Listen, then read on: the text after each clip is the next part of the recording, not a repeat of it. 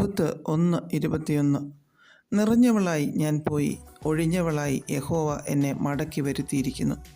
നവോമിയും എലീമേലെക്കും അവരുടെ 2 പുത്രന്മാരുമായി ബേത്ലഹേമിൽ നിന്ന് മോവാബ് ദേശത്തേക്ക് പരദേശിയായി പാർപ്പാൻ പോയി. ബേത്ലഹേമിൽ ക്ഷാമം ഉണ്ടായതുകൊണ്ടാണ് അവർ പോകുവാനിടയായത്. ഒരു കുടുംബമായി മാതാവും പിതാവും മക്കളും കൂടിയാണ് പോയത്. മോവാബ് ദേശം ദൈവത്താൽ ശപിക്കപ്പെട്ടതായിരുന്നു. എന്നാൽ ബേത്ലഹേമോ അപ്പത്തിൻ്റെ ഭവനവും ആയിരുന്നു. ഈ കുടുംബം അനുഗ്രഹവും ശാപവും ഒന്നും നോക്കാതെ മോവാബിലേക്ക് യാത്രയായി. നവോമിക്ക് അവിടെ തൻ്റെ 2 ആൺമക്കൾക്ക് മോവാബ്യരായ 2 ഭാര്യമാരെയും കിട്ടി. എന്നാൽ തൻ്റെ ഭർത്താവും 2 ആൺമക്കളും അവിടെ വെച്ച് മരിക്കുവാനിടയായി. നവോമിയും തൻ്റെ 2 മരുമക്കളും അവശേഷിച്ചു. ഓർപ്പ എന്ന മരുമകൾ തൻ്റെ സ്വന്തം ഭവനത്തിലേക്ക് മടങ്ങിപ്പോയി. രൂത്ത് അമ്മാവിയമ്മയോട് പറ്റിനിന്നു. അങ്ങനെ അവർ തിരികെ ബേത്ലഹേമിലേക്ക് വന്നു. അപ്പോൾ നവോമി പറഞ്ഞതാണ് നമ്മൾ വായിച്ച വാക്യം. തൻ്റെ മുഴു കുടുംബവും മനസ്സു നിറയെ സന്തോഷവും പ്രത്യാശയും ഒക്കെ ആയിട്ടാണ് മോവാബ് ദേശത്തേക്ക് പോയത്. എന്നാൽ ഒഴിഞ്ഞവളായി ദൈവം മടക്കി വരുത്തി. നിരാശയിൽ ജീവിതം കയ്പായി തീർന്ന അവസ്ഥയിൽ നവോമി മടങ്ങി വന്നു. പ്രതീക്ഷയ്ക്ക് വകയില്ലാതായി തീർന്നു. നവോമി എന്നാൽ സന്തോഷമുള്ളവൾ, മനോഹരമായത് എന്നാണ് അർത്ഥം. തൻ്റെ ജീവിതത്തിലിപ്പോൾ സന്തോഷമില്ലാത്തതിനാൽ തന്നെ മാറ, കയ്പുള്ളവൾ എന്ന് വിളിക്കുവാൻ അവൾ ആവശ്യപ്പെടുന്നു. അങ്ങനെ ജീവിതം നിരാശയിലായി. എന്നാൽ ദൈവം അവരെ കൈവിട്ടില്ല. യഹോവ എന്നെ മടക്കി വരുത്തിയിരിക്കുന്നു എന്ന് നവോമി തന്നെ പറയുന്നു.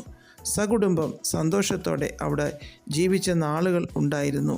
മോവാബിലും സന്തോഷത്തോടെ കഴിഞ്ഞു. എന്നാൽ ദൈവിക പദ്ധതിയുടെ പൂർത്തീകരണ സമയത്ത് ദൈവം നവോമിയെ ഒഴിഞ്ഞവളാക്കി തിരികെ വരുത്തി. രൂത്ത് ദൈവിക പദ്ധതിയുടെ ഒരു വലിയ ഭാഗമായിരുന്നു.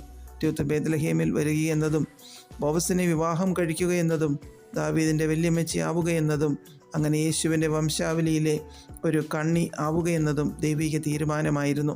അതിനായിട്ടാണ് നവോമി ഒഴിഞ്ഞവൾ ആയതും തൻ്റെ ജീവിതം കയ്പായി മാറിയതും. ദൈവം അവരെ ഒരിക്കലും ഉപേക്ഷിച്ച് കളഞ്ഞിരുന്നില്ല. കാരണം ദൈവമാണ് തങ്ങളെ മടക്കി വരുത്തിയതെന്ന് നവോമി മനസ്സിലാക്കി. നമ്മുടെ ജീവിതത്തിലും കയ്പിൻ്റെയും വേദനയുടെയും നഷ്ടങ്ങളുടെയും നിരാശയുടെയും ഒക്കെ കാലങ്ങളും സമയങ്ങളും വന്നേക്കാം. അതിൽ നാം ദൈവത്തെ സ്തുതിക്കുകയാണ് വേണ്ടത്. കാരണം അത് കാണിക്കുന്നത് വലിയ ദൈവിക പദ്ധതികളുടെ പൂർത്തീകരണത്തിനായി ദൈവം നമ്മെ ഒരുക്കുകയാണ് എന്നുള്ളതാണ്.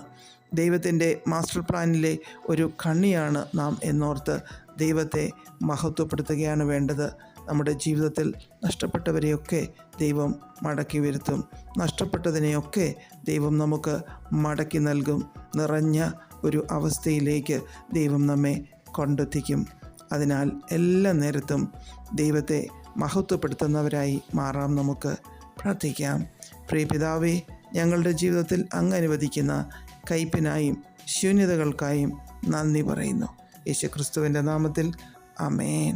God bless us all.